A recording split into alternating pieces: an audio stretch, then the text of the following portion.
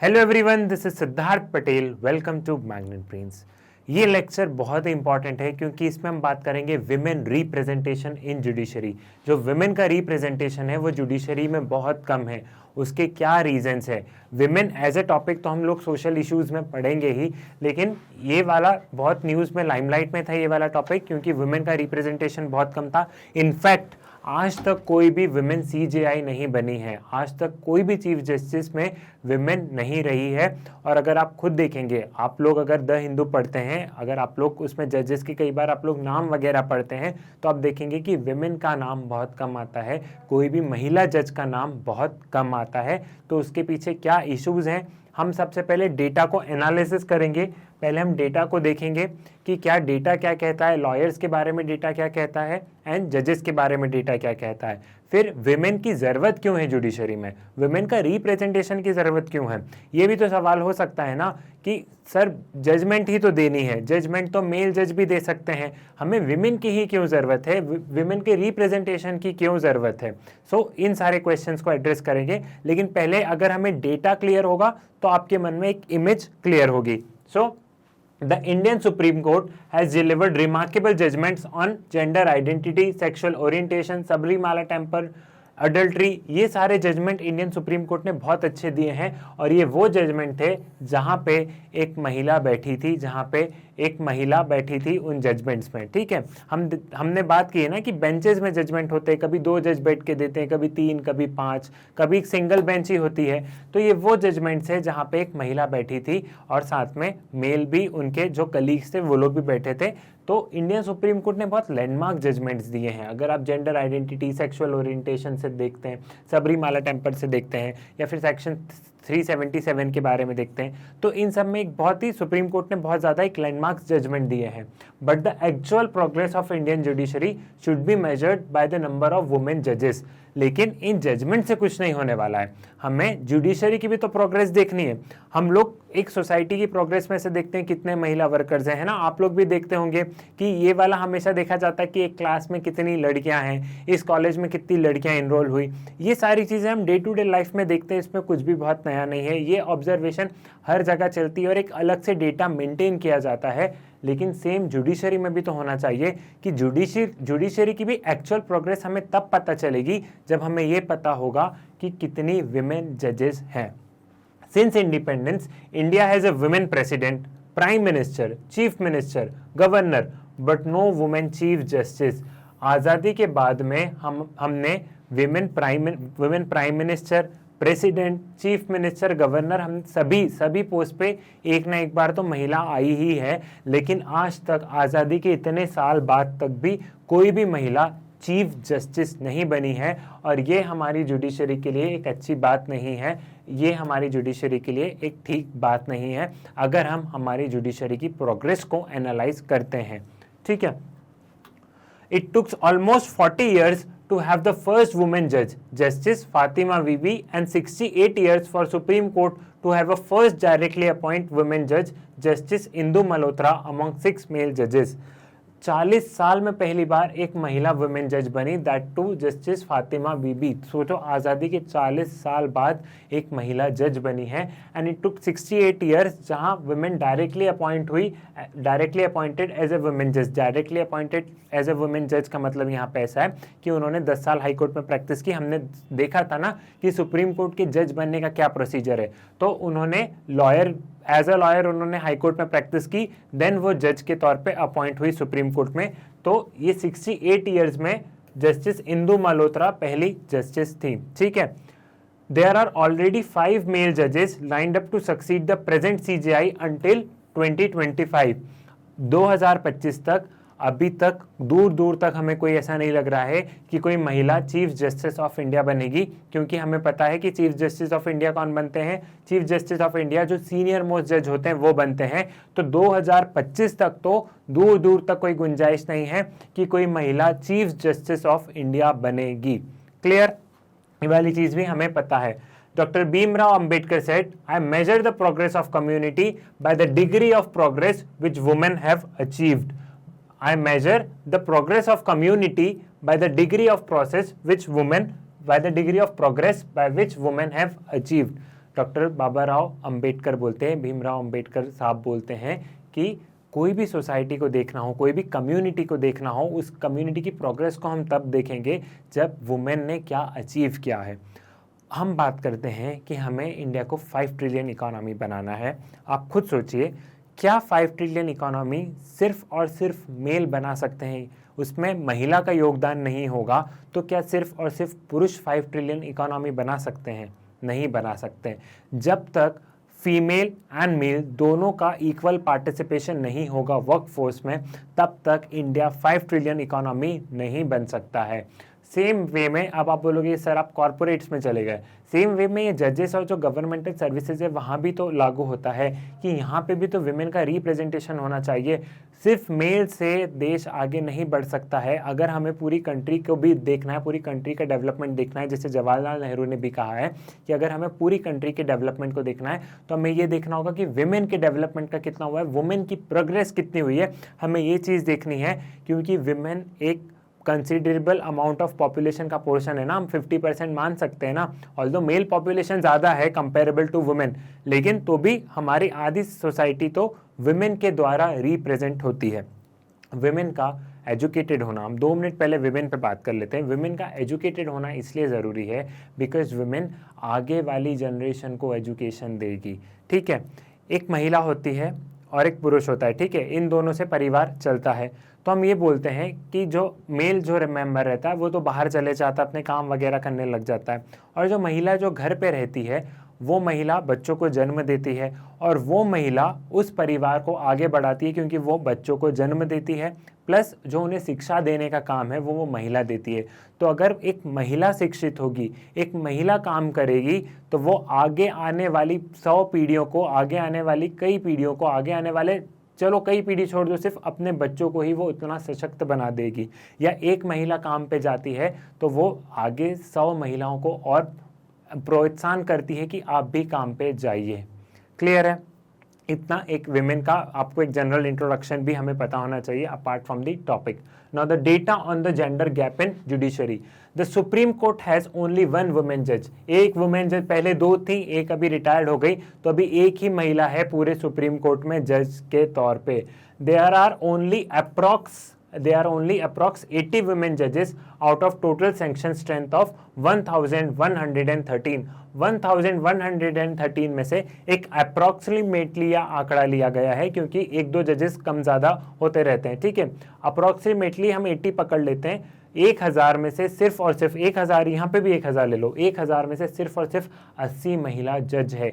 अब यहाँ पे प्रपोर्शन देखिए कि मेल का प्रपोर्शन कितना है और जो महिलाएं हैं, जो विमेन हैं, उनका जुडिशरी में रिप्रेजेंटेशन का प्रपोर्शन कितना ज्यादा है।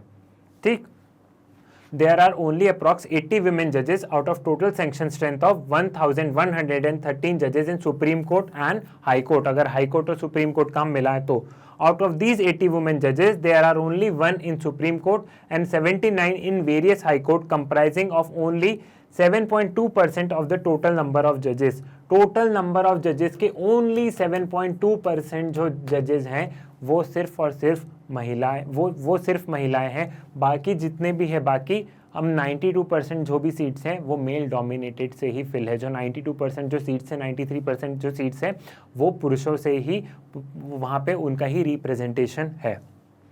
The high court of Manipur, Meghalaya, Patna, Tripura, Telangana, Uttarakhand do not have any women sitting जजेस। कुछ हाई कोर्ट्स में तो ऐसा है कि कोई भी वुमेन जज है ही नहीं, कोई भी वुमेन जज है ही नहीं। Currently, no data is centrally maintained on the numbers of women in tribunals and lower court। अब हाई कोर्ट और सुप्रीम कोर्ट का तो चलो हमें पता है, लेकिन जो ट्राइब्यूनल्स हैं, जो लोअर कोर्ट्स हैं, उसका डेटा ही नहीं है कि कितनी विमेन है, लोअर जुडिशरी में कितनी विमेन है, ट्राइब्यूनल्स में कितनी विमेन है, कि उनका डेटा ही नहीं है। It is a matter of shame. जहां हम बात करते हैं कि आधार को बैंक अकाउंट से लिंक कर दो और इस चीज़ को उससे लिंक कर दो और ऐसे गाड़ियों का सर्वेलेंस हो जाएगा और ऐसा हो जाएगा, हम वहां एक डाटा मेंटेन नहीं कर पा रहे हैं। And it is a shame on judiciary also कि ऐसे तो हमने जुडिशियल एक्टिविज्म में देखा है कि वो बहुत सारे बोलते हैं कि आप ऐसे काम कीजिए, आप वैसे काम कीजिए, वो गाइडलाइंस देते हैं कि पटाखे जलाना बंद कर दो, वो गाइडलाइंस दे देते हैं कि लीकर बैन कर दो, लेकिन वो ये गाइडलाइन नहीं देते कि इसका डाटा होना चाहिए, वो ये नहीं, वो इस चीज़ पे वर्क नहीं करते हैं। तो it is a shame on the government as well as on the judicial part. Clear? यहाँ तक कोई डाउट है? आई होप डाउट होगा नहीं आपको, और हो तो do mention in the comment section. Now women lawyers in the court, हमने विमेन जजेस की बात करी कि जजेस कितने हैं। अब एक नज़र इन लॉयर्स पे देखते हैं, देन हम एनालाइज करते हैं, देन हम चीज़ों को एनालाइज करेंगे, and then we will talk कि हमें विमेन जज एंड वुमेन लॉयर या women in judiciary, particular women in judiciary में हमें उनके रिप्रेजेंटेशन की क्यों जरूरत है। According to Supreme Court list of senior advocate only 4% are women, 16 again 400 mens. जो सीनियर एडवोकेट्स होते हैं, जो सुप्रीम कोर्ट के सीनियर एडवोकेट्स हैं, उसमें सिर्फ और सिर्फ 4% महिलाएं हैं, बाकी सब मेल डोमिनेटेड है। इवन जो सीनियर एडवोकेट्स है वहां पे भी विमेन का रिप्रेजेंटेशन इतना कम है। While Maharashtra has the highest number of women lawyers, senior advocates at the Bombay high court account for only 3.8%। अब यहाँ पे highest number of women advocates तो हैं, लेकिन जब सीनियर एडवोकेट की बात आती है तब सिर्फ ओनली 3.8% है, where the number of designated senior women lawyer is disproportionately low. The chances of more women becoming judges also remain minimal. अब जब लॉयर्स कम है तो जजेस भी तो कम ही होंगे ना, क्योंकि जो है मान लीजिए एक जो प्रोविजन है कि 10 साल तक हाई कोर्ट में जो प्रैक्टिस करना है, जब लॉयर ही कम है तो सुप्रीम कोर्ट में जजेस कैसे आएंगे। अगर ज़्यादा विमेन लॉयर होगी तो कम से कम ज़्यादा विमेन जज भी होगी। आप एक चीज़ को और सोचिए, कितने ही बच्चे क्लैट की प्रिपरेशन करते हैं, आपके भाई वगैरह किसी न किसी रिलेटिव ने किया होगा, नहीं भी किया होगा तो नेशनल लॉ यूनिवर्सिटीज़ में अगर हम लोग देखें तो वहाँ पे मैन के कंपैरिजन में वुमेन का भी रिप्रेजेंटेशन उतना ही है। हम एक एग्जांपल लेते हैं कि अगर 80 सीट है कोई भी एनएलयू में, 80 सीट्स है तो 40 सीट्स वहाँ कम से कम फीमेल के पास में होती है और 40 मेल के पास में होती है, क्योंकि रैंक वगैरह से सारी चीज़ें डिसाइड होती है। यह थोड़ा बहुत आंकड़ा थोड़ा बहुत ही ऊपर नीचे होता है। तो जब डिग्री में, जब अगर हम बीए एलएलबी ऑनर्स और जब हम डिग्री के टाइम पे देखें तो डिग्री के टाइम पे मेन एंड वुमेन दोनों इक्वली एनरोल कर रहे हैं, लेकिन जब यहाँ सर्विसेज की बात आ रही है तो विमेन कॉर्पोरेट जॉब्स को ज़्यादा पसंद कर रही है कंपेरेबल टू दीज जजेस वाली प्रैक्टिस के अलावा वो कॉर्पोरेट जॉब में ज़्यादा वर्क करना प्रेफर कर रही है कंपेरेबल टू यहाँ पे। ठीक है, क्योंकि जब इनरोलमेंट सही तरीके से हो रहा है, जब equal number of boys and girls दोनों सेम आ रहे हैं लॉ स्कूल्स में, तब यहाँ पे क्यों नहीं आ पा रहे हैं। जब वहाँ पे सारी चीज़ें सही है तो यहाँ पे नहीं आ रहे, तो मतलब यहाँ पे कोई ना कोई चीज़ें गड़बड़ है। तो यहाँ पे अगर चीज़ें गड़बड़ है तो it is a task of judiciary कि वो ये वाली चीज़ें भी ठीक करें। Currently, no data is centrally maintained on the number of women in tribunal and lower courts. इस पे हम बात कर चुके हैं। Contrarily, not all women lawyers get well-paying clients. Even the litigants are biased against women lawyers, and they are mostly prefer male lawyers with whom they can socialize well. There are many women who are in junior position for 10 to 20 years, sent to court mainly to obtain adjournment because judges sympathize with young and women juniors. अगर जो lawyers हैं भी तो उनके पास cases नहीं आते, litigants नहीं आते। हम लोग कितना भी बोल लें या आप लोग कितना भी कोशिश कर ले या आप लोग भी ऐसे प्रिटेंड कर लें, सबको अपनी अपनी असलियत मालूम होती है। ठीक है, वो आपको आपके मन में पता होगा। हम कितना भी ऐसे प्रोग्रेसिव या मॉडर्न बनने की कोशिश कर ले, लेकिन जब बात अपने घर पे आती है ना, जब बात हम पे खुद पे आती है, तब ये सारी चीज़ें हमारे मन में भी आती है। हम जब लोगों की बोलने की बारी आती है तब बोल देते हैं कि हाँ ऐसा है, बहुत सही है, बहुत बढ़िया है ना, वुमेन का रिप्रेजेंटेशन होना चाहिए इतना कम। कुछ डिबेट की बारी होती है तो जब खूब बोलते हैं, लेकिन जब हर इंसान पे अपने खुद की घर की बात आती है तब हर इंसान इन चीज़ों को बहुत ध्यान देने लगता है कि नहीं नहीं ऐसा नहीं, हम उससे बोलेंगे वो केस लड़ेगा, क्या पता केस जीतते बने नहीं बने। ये life day to day example में आप पढ़ाई के मामले में देख लीजिए, आप किसी के मामले में देख लीजिए, आप जो मैंने बोला आप सोचिएगा, अपने घर के माहौल में देख लीजिए, कहीं ना कहीं मैं मान ही नहीं सकता, कहीं ना कहीं थोड़ा बहुत तो पेट्रियार्कल सेटअप है ही। चाहे कितनी ही मॉडर्न सोसाइटी क्यों ना हो, चाहे वो 1% ही क्यों ना हो, लेकिन वो 1% 2% कहीं ना कहीं वो एक पेट्रियार्कल माइंडसेट होता ही है। फिर जो वुमेन्स वगैरह होती हैं उनको क्या काम दिया जाता है, मेनली उन्हें बोल दिया जाता है कि आप एडजमेंट मोशन लेके आ जाइए। जब केस लड़ना होता है तब सीनियर एडवोकेट जो मेल्स होते हैं वो चले जाते हैं, लेकिन जब एडजमेंट मोशंस वगैरह की अब कल सुनवाई करेंगे, अभी ब्रेक दे दीजिए, इन सारी चीज़ों में यंग वुमेन को भेज दिया जाता है। But when the matter relates to the presenting a strong argument, officers and the male juniors as judges take them more seriously. Judges take them more seriously, male members को, male lawyers को. Moreover, clients in criminal cases prefer male lawyers. So the first generation women lawyer who don't get independent cases but intend to survive in the profession spend their entire careers in juniors in someone else's office. अब जो criminal cases वगैरह होते हैं उनमें सारे जो mails रहते हैं वो केसेस के आर्गुमेंट्स लड़ते हैं. और जैसा कि हमने बात की थी कि जो लॉ ग्रेजुएट्स की, वहीं पर उस चीज़ को यहाँ पे लिंक करो कि वुमेन पढ़ तो रही हैं लेकिन वो किसी के अंडर में काम कर रही है. एक तरीके से कॉर्पोरेट जॉब ही है ना. आप किसी बड़े फर्म में, लीगल फर्म में काम कर रहे हो तो आपको सिर्फ जो कुछ छोटे मोटे काम है उसके लिए आपको कोर्ट भेज दिया गया है, बाकी तो आप अपना जो भी है अपने ऑफिस एंड पे वर्क कर रहे हो. और केस पे आर्ग्यूमेंट कौन प्रेजेंट कर रहे हैं? केस पे आर्ग्यूमेंट प्रेजेंट कर रहे हैं वो मेल सीनियर एडवोकेट, वो विमेन नहीं जा रही है. Clear? In spite of their competence, hard work and struggle, women lawyers are not recognized except for the few second generation lawyers. Courtrooms are most comfortable making male lawyers like they belong there, but they don't feel women lawyers feels the same way. ठीक, अब हमें women lawyer की ज़रूरत क्यों है, sorry women जजेस की क्यों ज़रूरत है. आपने डेटा पढ़ लिया, मैंने आपको एक सोसाइटी की कंडीशंस बता दी कि हमारी सोसाइटी में भी ऐसी प्रॉब्लम्स है, लेकिन अब हमें विमेन जजेस की ज़रूरत क्या है. जो मेरे जो क्वेश्चंस थे आपसे कि जजमेंट तो मेल जज भी दे सकता है सर, कॉन्स्टिट्यूशन को पढ़ के तो देना है, कॉन्स्टिट्यूशन के प्रोविजंस को पढ़ के तो देना है, कॉन्स्टिट्यूशन का इंटरप्रिटेशन ही तो देना है सर, तो इसमें मेल जजमेंट दे या फीमेल जजमेंट दे, बात एक ही है सर. आप क्यों चीज़ों को इतना कॉम्प्लेक्स कर रहे हो. आप जजमेंट को देखिए. Celebrate Rakhi, promise to protect complaints, MP high courts bail condition for a man who molested neighbour. एक कुछ हैरेसमेंट वगैरह का केस था, एक हैरेसमेंट वगैरह का केस था, तो उस आदमी को बेल इस शर्त पे मध्य प्रदेश हाई कोर्ट ने देने की बात करी कि जिस लड़की के साथ में वो हैरेसमेंट हुआ है, जिस लड़की के साथ में आपने किया है, आप उसको राखी बांध दो तो हम आपको बेल दे देंगे. मतलब कोई लॉजिक है इस जजमेंट में, कोई लॉजिक है. इस जजमेंट को इतना ज़्यादा क्रिटिसाइज किया गया है कि आप उस इंसान को बेल दे रहे हो जिसने ये मॉलेस्टेशन में और इन सब में वो इन्वॉल्व था, और बेल किस कंडीशन पे दे रहे हो आप कि वो उस महिला को जाके राखी बांधे, वो उस महिला को जाके राखी बांधेगा तब उसे बेल मिलेगी.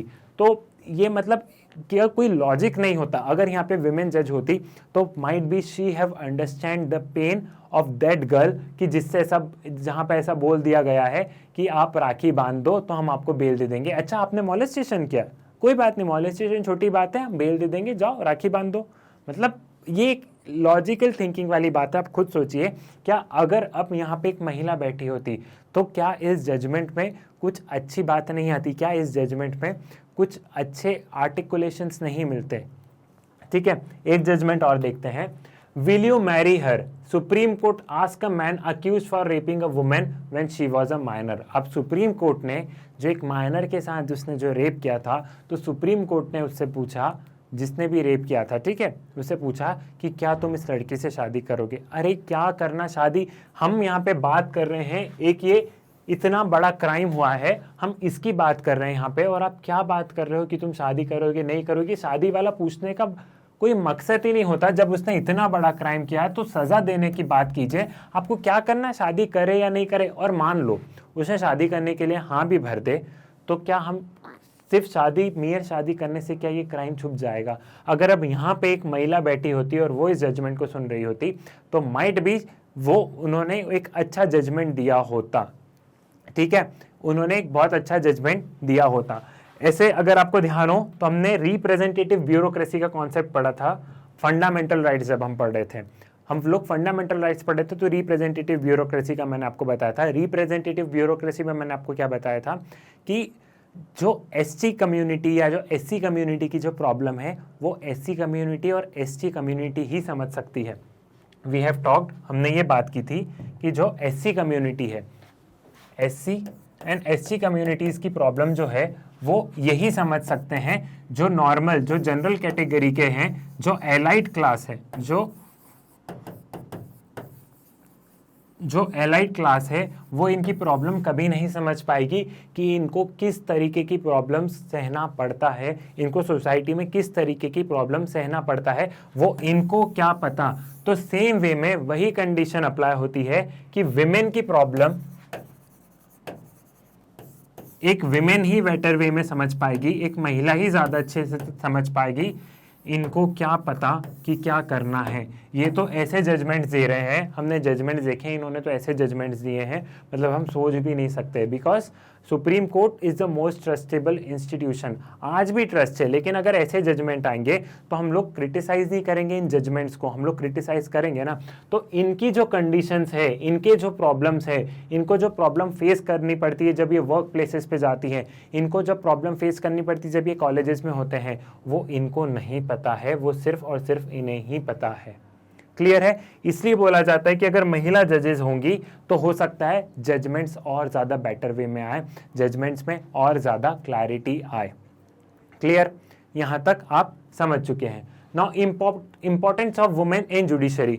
The 2030 agenda for sustainable development goal and the 2030 agenda for sustainable development and sustainable development goal, sustainable development goal number 5, sustainable development goal number 16 in particular address the global responsibility of having gender equalities and women representation in public institution such as judiciary. sustainable development goal अब क्या है ये हम लोग economics में पढ़ेंगे, लेकिन इसको यहाँ पे लिंक किया गया है कि सस्टेनेबल डेवलपमेंट गोल्स के जो एजेंडा है, अभी आप इतना समझ लीजिए, सस्टेनेबल गोल्स के जो एजेंडा है उसमें ये बात कही गई है कि इक्वल रिप्रेजेंटेशन होना चाहिए किसका, women in public institution. Public institution में जुडिशरी भी पार्ट है। सो एक तो ये एजेंडा फुलफिल होगा। अचीविंग इक्वालिटी फॉर वुमेन जजेस is important not only because it is a right for women but also because it is right for the achievement of a more just rule of law. Women judges strengthen the judiciary and help in gain the public trust. एक public trust होगा, judiciary strengthen होगी। अब कोई भी rape वगैरह का cases जाएगा और वहाँ पे एक महिला बैठी होगी, तो जो अक्यूज होंगे, सॉरी जिसके साथ में ये क्राइम हुआ होगा, उसके फैमिली वाले को भी एक विश्वास रहेगा कि जजेस समझे नहीं समझे, उस महिला का दर्द वो जो औरत वहाँ पे बैठी है, जो जज वहाँ पे बैठी है, वो ज़रूर समझेंगी कि क्या स्थिति होती है। Clear? The entry of women judges is a positive step in the direction of judiciary being perceived as being more transparent, inclusive, representative of the people whose life they affect. एक ट्रांसपेरेंट होगा, एक inclusive judiciary की, inclusive मतलब सारे लोग, हर society में, society के हर strata के लोग वहां पे रहेंगे, तो एक इंक्लूसिवनेस रहेगी। Clear? Women judge enhances the legitimacy of court, sending a powerful signal that they are open, accessible to those who seek resources to the justice. Women judge bring those life experience to their judicial actions, experience that tend towards a more comprehensive and empathic perspective. जो women जजेस होंगी वो अपने life experience लेके आएंगी। Women जजेस को ज़्यादा बेहतर पता होगा कि जब डोमेस्टिक वायलेंस होता है तो क्या प्रॉब्लम होती है। मेल को भी पता होगा, नो डाउट। मैं ये नहीं बोल रहा हूँ कि मेल जज ने आज तक कोई जजमेंट्स अच्छा दिया ही नहीं, ऐसा बिल्कुल भी नहीं है। हमने स्टार्टिंग में देखा था कि बहुत अच्छे अच्छे जजमेंट्स भी आए हैं, लेकिन अगर फीमेल जज भी होंगी, अगर विमेन जज भी होंगी, तो जजमेंट की क्वालिटी और इंक्रीज होगी, क्योंकि उनके साथ अपने लाइफ एक्सपीरियंस रहेंगे, उनके साथ वो भी इतने आगे आई हैं, वो आज इतनी बड़ी पोस्ट पे आई हैं, तो उन्होंने भी अपने लाइफ एक्सपीरियंस में देखा होगा, अपने किसी फ्रेंड्स के साथ में, ये जो छोटी मोटी चीज़ें हैं जो उन्होंने ऑब्जर्वेशन की है, वो जजमेंट्स देने में काम आएगी। मियर कॉन्स्टिट्यूशन प्रोविजन से ही जजमेंट्स नहीं दिए जाते, कुछ ऑब्जर्वेशन, कुछ लाइफ एक्सपीरियंसेस, इन सारी चीज़ों को भी देखना पड़ता है, तब जाके एक अच्छा जजमेंट आता है। Adjudication is enhanced by the presence of women who bring to the fore consideration that would have been taken into account in their absence, and scope of discussion is hence enlarged, possibility preventing ill-considered और improve judgment. वो आएंगी तो judgement better तरीके से होंगे, एक अच्छे judgment होंगे, possibility will be in large of giving the judgments by elucidating how laws and rulings can be based on gender stereotypes or how they might have been different impact on women and men. A gender perspective enhances the fairness of adjudication, which ultimately benefits both men and women. अगर महिलाएं होंगी तो कुछ laws ऐसे होते हैं जो पुरुष और महिला दोनों को इफेक्ट करते हैं, लेकिन उन्हें ज़्यादा पता है कि वो किस तरीके से उन पर इफेक्ट करते हैं। ठीक है, हो सकता है महिलाओं को ज़्यादा अच्छे से पता हो। जैसे हम कोई भी एक एग्जाम्पल मान लेते हैं, जैसे ट्रिपल तलाक का केस मान लेते हैं, तो ट्रिपल तलाक में बहुत सारे आर्ग्यूमेंट्स थे, कुछ फेवर में थे, अगेंस्ट में थे, बहुत सारी डिबेट्स थी। तो उसमें महिला का दृष्टिकोण अलग होगा, महिला का पर्सपेक्टिव अलग होगा, उसमें जो मैन होंगे उनका पर्सपेक्टिव अलग होगा। तो हर लॉ, जो भी लॉज वगैरह रहते हैं, उसमें सबके अलग अलग दृष्टिकोण होते हैं। कोई एक चीज़ है, ठीक है, कोई एक चीज़ अगर हम ले भी लेते हैं, हम लोग मान लो एक पानी का भरा हुआ ग्लास ले लेते हैं, तो उसमें आपका और मेरा अलग अलग पर्सपेक्टिव होगा ना। अगर मान लो एक ग्लास, ये वाला एग्जाम्पल आपने सुना होगा पहले भी, कि अगर एक पानी का ग्लास है और वो आधा भरा हुआ है, तो कोई इंसान बोलेगा कि हाँ एक पानी का ग्लास है, वो आधा भरा हुआ है, और दूसरा इंसान ऐसा बोलेगा कि हाँ एक पानी का ग्लास है जो कि आधा खाली है। तो बात वही है, लेकिन दोनों का देखने का नज़रिया अलग है। तो जो वुमेन जजेस आएंगी तो वो अपने देखने के नज़रिया और इन सारी चीज़ों को साथ में लेके आएंगी, तो इससे जजमेंट की क्वालिटी इंक्रीज होगी। Clear? Now suggestion: court should have declared that remarks MP High Court issues are unacceptable, which are potentially cause to harm the victim and society as a large. जो MP High Court का जो वो issue जो हमने देखा था, ऐसे issues नहीं होंगे। Judicial order should confirm to certain judicial standard and necessary steps have to be taken to ensure that this does not happen in the future. उस जजमेंट से रिलेटेड ये सजेशंस हैं। The Supreme Court must direct the collection of data, determine the number of women judges in lower judiciary tribunals, and also determine the year-wise number of senior designate by all high courts. Supreme court को ये सारी चीज़ें बोलना चाहिए कि lower high courts में, जो lower courts हैं, जो ट्राइब्यूनल्स हैं, वहाँ पे कितनी महिलाएं हैं, वो डाटा कलेक्ट करना चाहिए। जब वो डेटा आएगा तो इससे ये पता चलेगा कि जब ऊपर जो प्रमोशन के थ्रू जो रिक्रूटमेंट वगैरह हो रहे हैं, वहाँ पे कितनी महिलाएं आ रही है, वहाँ पे कितनी महिलाओं का रिप्रेजेंटेशन हो रहा है। और ये डाटा हर साल अपडेट करना चाहिए कि कितनी महिला आ रही है सर्विसेज में, कितनी महिला जा रही है। तो ये डेटा हर साल अपडेटेड होना चाहिए। तो एक सजेशन ये बहुत अच्छा है, इस सजेशन पे सुप्रीम कोर्ट को काम करना चाहिए। तो अब हम आगे देखते हैं।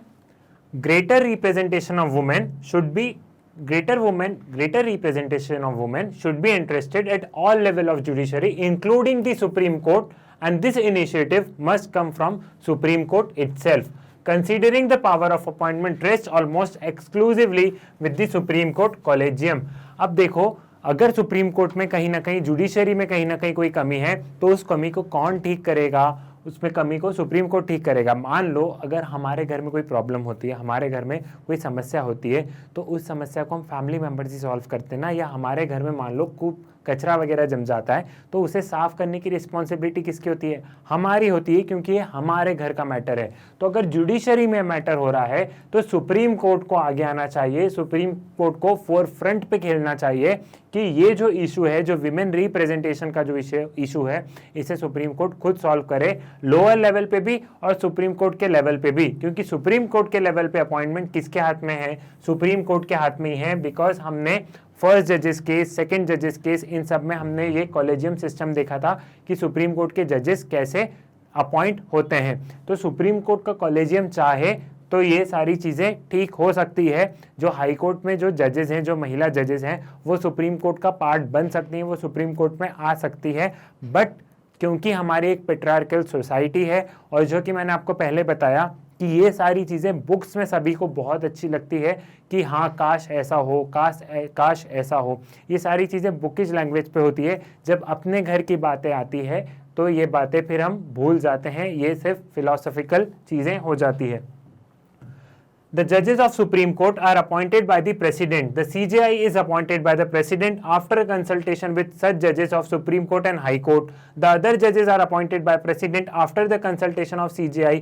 ठीक है, after the consultation of CJI and such other judges of Supreme Court and High Court as he deems necessary. The consultation with CJI is obligatory in the cases of appointment of judge other than the CJI. अब जब जजेस का appointment हो ही रहा है, जब collegium से ही पूछना है, जब प्रेसिडेंट कॉलेजियम से पूछ रहा है और कॉलेजियम की एडवाइस प्रेसिडेंट के ऊपर बाइंडिंग ही है, तो आप क्यों नहीं बोलते हैं, आप क्यों नहीं विमेन रिप्रेजेंटेशन सुप्रीम कोर्ट में हो रहा है? Judiciary needs to reform itself. The goal must to be achieve at least 50% representation of women in all leadership position, and there should be a mandatory training of all lawyers on gender sensitization. Judges who might belong to old school and may be patriarchal in outlook should be sensitized to deal with the cases of sexual violence so that they do not pass orders objectifying women in such cases. ठीक है, जजेस को थोड़ा सा gender sensitisation होना चाहिए, कम से कम 50% representation होना चाहिए और ये पेट्रियार्कल माइंडसेट बदलना चाहिए। अब इसमें सजेशंस में देखो हम ये भी लिख सकते हैं, हम जो मेल जजेस हैं उनके लिए हम ये लिख सकते हैं, देखो क्योंकि जुडिशरी में जो इम्प्रूवमेंट की ज़रूरत है उसमें जो लॉ स्कूल्स हैं, कुछ लॉ स्कूल्स में तो ये कोर्स चलता है, कुछ लॉ स्कूल्स में तो ये सब्जेक्ट्स है, लेकिन कुछ में नहीं है। एक जेंडर सेंसिटाइजेशन वाला एक सब्जेक्ट होना चाहिए, एक पेपर होना चाहिए जिसे लॉ स्कूल में बहुत अच्छी तरीके से डील किया जाए, ताकि अगर आगे ये लोग लॉयर्स बने, ये लोग जजेस बने, तो ये इस सारे टॉपिक से अवगत हो। अब किन्हीं लॉ स्कूल्स में ये सब्जेक्ट्स बनता है, तो इसमें भी ज़रा डिटेल में चलते हैं। तो ये कुछ कोर पेपर होते हैं और कुछ इलेक्टिव्स होते हैं ना, हमें कुछ चूज़ करने रहते हैं, कुछ ऑप्शनल रहते हैं, हम 2-3 पेपर्स में से चूज़ करते हैं। तो ये कंपलसरी पेपर होना चाहिए ये वाला, ये उसमें से नहीं होना चाहिए कि आपको चूज़ करना है। तो जेंडर सेंसिटाइजेशन, जेंडर से रिलेटेड एक तो ये सारे सब्जेक्ट्स होने चाहिए। एक इशू पे और बात कर रहे थे हम लोग, हमने अभी तक बात नहीं करी, पार्लियामेंट में वुमेन के रिप्रेजेंटेशन का भी बहुत चलता है कि पार्लियामेंट में वुमेन का रिप्रेजेंटेशन बहुत कम है, तो उसके लिए क्या करना चाहिए। पार्लियामेंट में भी तो वुमेन का रिप्रेजेंटेशन कम है, तो एक बात ये उठती है कि क्या रिजर्वेशन दे देना चाहिए पार्लियामेंट में, कि जैसे ST SCs की सीट्स के लिए रिजर्वेशंस हैं, तो वैसे ही क्या पार्लियामेंट्स में भी हम ऐसा रिजर्वेशन दे दें कि इतनी सीट्स महिला के लिए होगी, इतनी सीट्स ऐसा होगा। क्या रिजर्वेशन सही है? देखो रिजर्वेशन ठीक तो है, लेकिन रिजर्वेशन में एक प्रॉब्लम है। रिजर्वेशन में एक ये प्रॉब्लम है कि हम रिजर्वेशन चाहते हैं जिसको बेनिफिट मिले, जिसे हम बेनिफिट देना चाहते हैं वो रिजर्वेशन का फ़ायदा उठाए। ठीक है, पर्पस तो रिजर्वेशन का ये होना चाहिए ना। इंडिया में रिजर्वेशन का मकसद यही था कि जो डाउन टाउन सेक्शंस है उन्हें रिजर्वेशन का फ़ायदा हो, लेकिन विमेन में भी हम 2 उसमें कैटेगराइज कर सकते हैं। हम पहले विमेन पे ही बात कर लेते हैं। जैसे अगर हम विमेन एज ए जनरल ले लें तो एक हो गया एलाइट क्लास, एंड सेकेंड जो हो गया वो हो गया मिडिल क्लास। मिडिल क्लास और economically backward class. Economically backward class.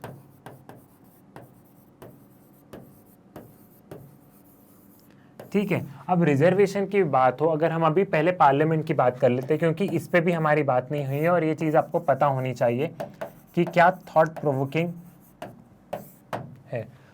अगर अब हम रिजर्वेशन दे दिया हमने विमेन को पार्लियामेंट में, तो वो रिजर्वेशन कौन लेके जाएगा? वो रिजर्वेशन ये वाली महिलाएं लेके चली जाएंगी। अब आप बोलेंगे सर ऐसा क्यों होगा? ये वाली महिलाएं ये रिजर्वेशन लेके चली जाएगी क्योंकि जब चुनाव लड़ने पड़ते हैं, जब लड़ा जाता है तो क्या लगते हैं? मनी। जब चुनाव कॉन्टेस्ट करना है, जब आपको MP बनना है, तो आपको पास में होने चाहिए रुपए।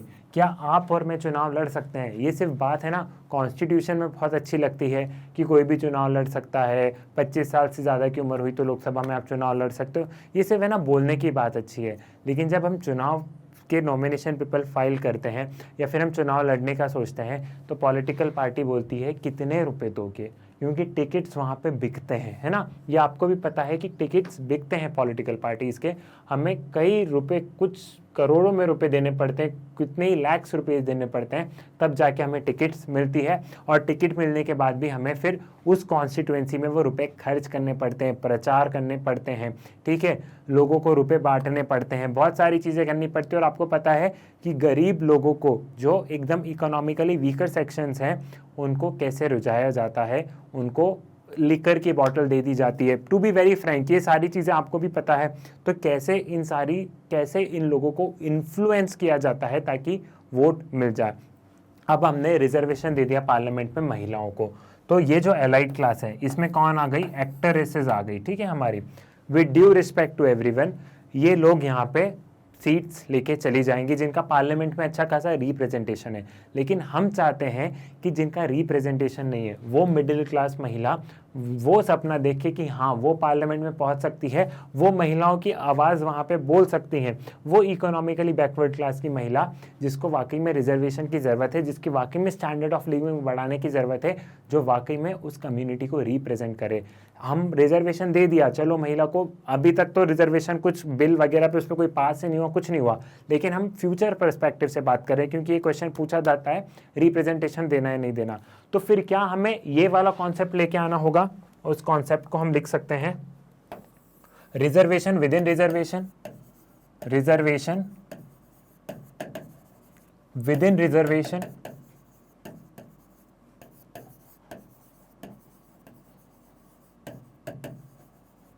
क्या हमें फिर इस कॉन्सेप्ट को लेके आना होगा। रिजर्वेशन विद इन रिजर्वेशन मतलब महिलाओं के लिए रिजर्वेशन है, लेकिन महिलाओं के लिए भी उन सिर्फ और सिर्फ इस क्लास को रिजर्वेशन है। तो reservation, reservation with in reservation, reservation with in reservation. अगर हम रिजर्वेशन देंगे तो फिर क्या हमें रिजर्वेशन विद इन रिजर्वेशन सोचना होगा, क्योंकि अगर हमने सिर्फ और सिर्फ रिजर्वेशन दिया तो रिजर्वेशन तो सिर्फ और सिर्फ यही लेके चली जाएंगी और इनको कुछ नहीं मिलेगा, और हमारा अगेन हमारा जो पर्पस है वो पर्पस फिर से फुलफिल नहीं होगा, again our purpose will be failed. ठीक, अब जो रिप्रेजेंटेटिव ब्यूरोक्रेसी में हमने बात करी थी कि चलो मान लो इनको रिजर्वेशन मिल गया, एलाइट क्लास की महिलाओं को रिजर्वेशन मिल गया, या अभी भी कुछ जो महिलाएं हैं पार्लियामेंट में, सारी की सारी तो एलाइट क्लास से बिलोंग नहीं करती, ये मेरा बोलना गलत होगा, कुछ मिडिल क्लास फैमिली से भी है, कुछ एलाइट क्लास फैमिली से भी है। अब जो यहाँ की जो महिला होगी उनको क्या पता कि जो गांव में जो महिला रह रही है, जहाँ बिजली नहीं आ रही है, जहाँ पे वो दिया और वो जो बोलते हैं ना वो जला के खाना बना रही है, उनको, इन महिलाओं को क्या पता कि इनके इश्यूज क्या है, इस महिला को क्या पता कि इनके इश्यूज क्या हैं। ठीक है, इन महिलाओं को क्या पता कि इनके इश्यूज क्या है, तो इनको रिजर्वेशन देने का फायदा क्या। हमारा रिजर्वेशन का सोल पर्पस महिलाओं को देने की बात इसलिए होती है कि महिला ही महिला की बात को समझ सकती है, जो मैंने आपको बताया, लेकिन ये यहाँ पे गलत हो जाता है, क्योंकि ये वाली जो विमेन है ये इनकी बात नहीं समझ पाएंगी, जो ये वाली जो विमेन है एलाइट वुमेन, वो इनकी बात नहीं समझ पाएगी, तो हमारा रिजर्वेशन का सोल कॉन्सेप्ट वहाँ पे फेल हो जाएगा। क्लियर हुआ, ये वाली चीज़ भी आपको समझ में आ गई। सेम ऐसा केस है, मैंने आपको ध्यान हो तो आर्टिकल 16 की जब हम बात करी थी, सेम हमने बात की थी SC SCs और इन सब के रिजर्वेशन पे, तो इनके रिजर्वेशन में भी एक प्रॉब्लम है, जिस बच्चे ने नहीं देखा होगा उसके लिए एक रिविजन हो जाएगा और आपको आंसर राइटिंग में भी रिजर्वेशन मिल जाएगा। जो और भी जो रिजर्वेशन है, जो SC SC कास्ट में जो रिजर्वेशन है, उसमें भी प्रॉब्लम ये है कि ये ग्लास है मान लो, ठीक है, या ग्लास भी छोड़ो, हम इसको बनाते हैं, ये एक माउंटेन है, ठीक है, और हम यहाँ पे बात कर रहे हैं ST SC रिजर्वेशन की। अब बच्चे बड़े सेंसिटिव हो जाते हैं, आप लोग पता है, कुछ लोग तो रिजर्वेशन से इतने सेंसिटिव हो जाते हैं, सर सब गलत है, सर सब हटा दो, सर हमारा सिलेक्शन नहीं, ये सब पागल बातें हैं। ठीक है, उसका ST SC रिजर्वेशन में प्रॉब्लम ये है कि जिस इंसान को रिजर्वेशन मिल चुका है, फॉर एग्जांपल कि किसी एक पर्सन को रिजर्वेशन मिल गया, वो SC कम्युनिटी का है, तो वो उसका स्टैंडर्ड ऑफ लिविंग बढ़ गया, वो रिजर्वेशन के थ्रू मान लो ये इंसान IAS बन गया। ठीक है, अब इसका स्टैंडर्ड ऑफ लिविंग बढ़ा, सब कुछ ठीक हुआ, फिर इसके जब इसके बच्चे बड़े हुए तब क्या हुआ, तब इसने अपने बच्चों के लिए भी रिजर्वेशन अवेल कर लिया। तो ऐसा नहीं होना चाहिए, अगर रिजर्वेशन किसी को दिया है तो रिजर्वेशन एक ही बार मिले। अच्छा भैया, तुमको रिजर्वेशन के थ्रू तुम IAS बन गए हो, तो अब तुम्हारे लिए रिजर्वेशन नहीं होना चाहिए, क्योंकि तुम्हारा ऑलरेडी स्टैंडर्ड ऑफ लिविंग बढ़ गया है, तुम्हारी ऑलरेडी कंडीशंस बहुत अच्छी हो चुकी है, अब तुम्हें अब रिजर्वेशन एक्सेस नहीं करना चाहिए, क्योंकि जो नीचे के जो लोग हैं, यहाँ पे जो SC कम्युनिटी है, यहाँ पे जो ड्राइंग थोड़ी सी ऐसी है ना अस्तमत, यहाँ पे जो SC कम्युनिटी है ये कभी रिजर्वेशन का लाभ ले ही नहीं पाती है, क्योंकि सारे के सारे रिजर्वेशन तो ऊपर वाले लेके चले जाते हैं। जितने भी रिजर्वेशन होते हैं ये जो एलाइट क्लास होती है ये लेके चली जाती है, और जिनको वाकई में रिजर्वेशन की ज़रूरत है उनको तो रिजर्वेशन मिलता ही नहीं है, उनके पास तो रिजर्वेशन के नाम पर कुछ होता ही नहीं है। और हमारा मकसद ये था कि हम इनका स्टैंडर्ड ऑफ लिविंग बढ़ाएं, हमारे कॉन्स्टिट्यूशन का मकसद था हम इनके स्टैंडर्ड ऑफ लिविंग को बढ़ाएं। सेम वुमेन का भी इसमें ये कॉन्सेप्ट है। अगर हमने वुमेन को रिजर्वेशन एक बार दे दिया, फॉर एग्जांपल अगर पार्लियामेंट में ये बिल पास हो जाता है कि वुमेन को रिजर्वेशन देना चाहिए, वुमेन का रिप्रेजेंटेशन कम है, वुमेन को रिजर्वेशन देना चाहिए जितने भी परसेंट का हो, ठीक है।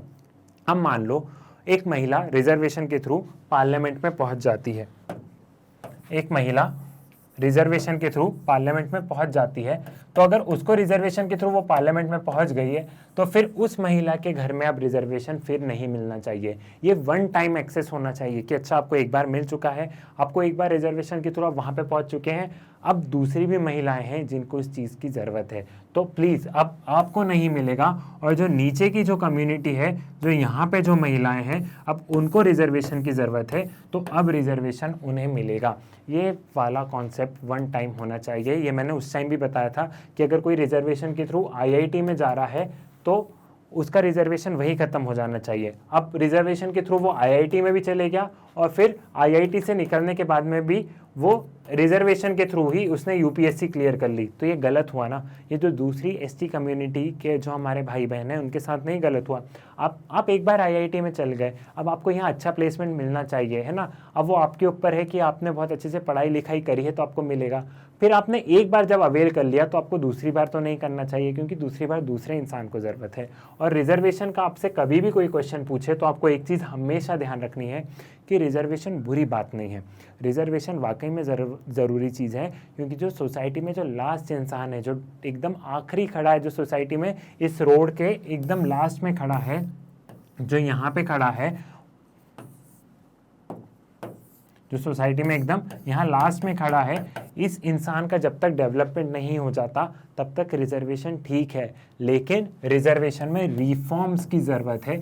जैसे कि जैसे रिजर्वेशन चल रहे हैं वैसे के वैसे नहीं चलना चाहिए। रिजर्वेशन में रिफॉर्म्स की ज़रूरत है। जो रिफॉर्म जो कि मैंने आपको बताया वैसे रिफॉर्म्स होना चाहिए कि एक बार मिल गया तो ठीक है, ठीक है।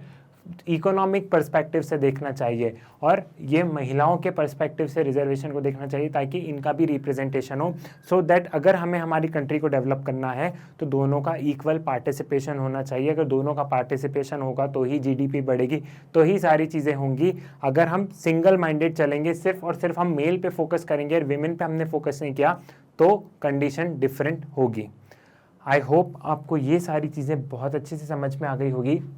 वुमेन इन जुडिशरी, मैंने पार्लियामेंट का भी आपको इसी में इसलिए बताया था क्योंकि हमारा पार्लियामेंट टॉपिक कंप्लीट हो चुका है। ऑल्दो हम इसे करंट अफेयर में डील करते हैं, बट मुझे लगा कि हम कंप्लीट कर चुके हैं और हमारी उस पर बात भी नहीं हुई है। सो मैंने आपको एक उसका भी एंगल दिया कि ऐसा सोचो, एक जनरल ओवरव्यू ये बता दिया कि रिजर्वेशन ऐसा होना चाहिए, ठीक है। तो एक कंप्लीट हॉरिजन में लेके हमने इसको कंप्लीट किया है। जुडिशरी के मेनली हमने इश्यूज भी हम लोग डिस्कस कर रहे हैं अपार्ट फ्रॉम दी लक्ष्मीकांत। ये सारी चीज़ें लक्ष्मीकांत में नहीं है बट ये बहुत ज़्यादा इंपॉर्टेंट है। एक चीज़ और आप ध्यान रखिएगा, जो भी टॉप पे होता है, जैसे कोई भी पॉलिटिकल पार्टीज इतना दम नहीं लेगी कि वो रिजर्वेशन को रिफॉर्म करे, क्योंकि उनको पता है कोई भी पॉलिटिकल पार्टी ऐसे सेंसिटिव मुद्दे को नहीं छीनना चाहती, ऐसे सेंसिटिव मुद्दे को नहीं छेड़ना चाहती, ठीक है। जैसे जुडिशरी में भी कोई है तो वो ऐसे मुद्दों को नहीं छेड़ना चाहेगा जिससे उसको पता है कि उसके घर में ही आग लग जाएगी। तो ये जो लोग जो टॉप पे होते हैं ना, ये सोचते हैं कि जो जैसा चल रहा है चलने दो, अपने को क्या है, थोड़ा बहुत न्यूज़ में आ जाएगा। न्यूज़ में कितने टाइम तक रहेगा, 1 महीने रहेगा, 1 महीने बाद वही बात पुरानी। पॉलिटिकल पार्टीज़ भी कि अगर हमने रिजर्वेशन को ख़त्म किया, हमने रिजर्वेशन को मान लो ऐसे मॉडिफाई कर दिया तो हम हार जाएंगे। जो पावर की जो लालच है ना वो कोई छोड़ना नहीं चाहता। सेम जुडिशरी में भी है कि अगर महिलाएं आ गई तो जो मेल्स का क्या होगा, तो सेम उनको भी वही जो एक जो पावर वाला जो पावर का जो टसल है, जो पावर की जो लस्ट हम बोल सकते हैं ना, पावर की लस्ट, वो बहुत ख़राब है। सो आई होप आपको पॉलिटी के लेक्चर्स इंटरेस्टिंग लग रहे होंगे। मिलते हैं नेक्स्ट लेक्चर में, ऐसे ही कुछ अच्छे से टॉपिक पे बात करेंगे। तब तक के लिए धन्यवाद।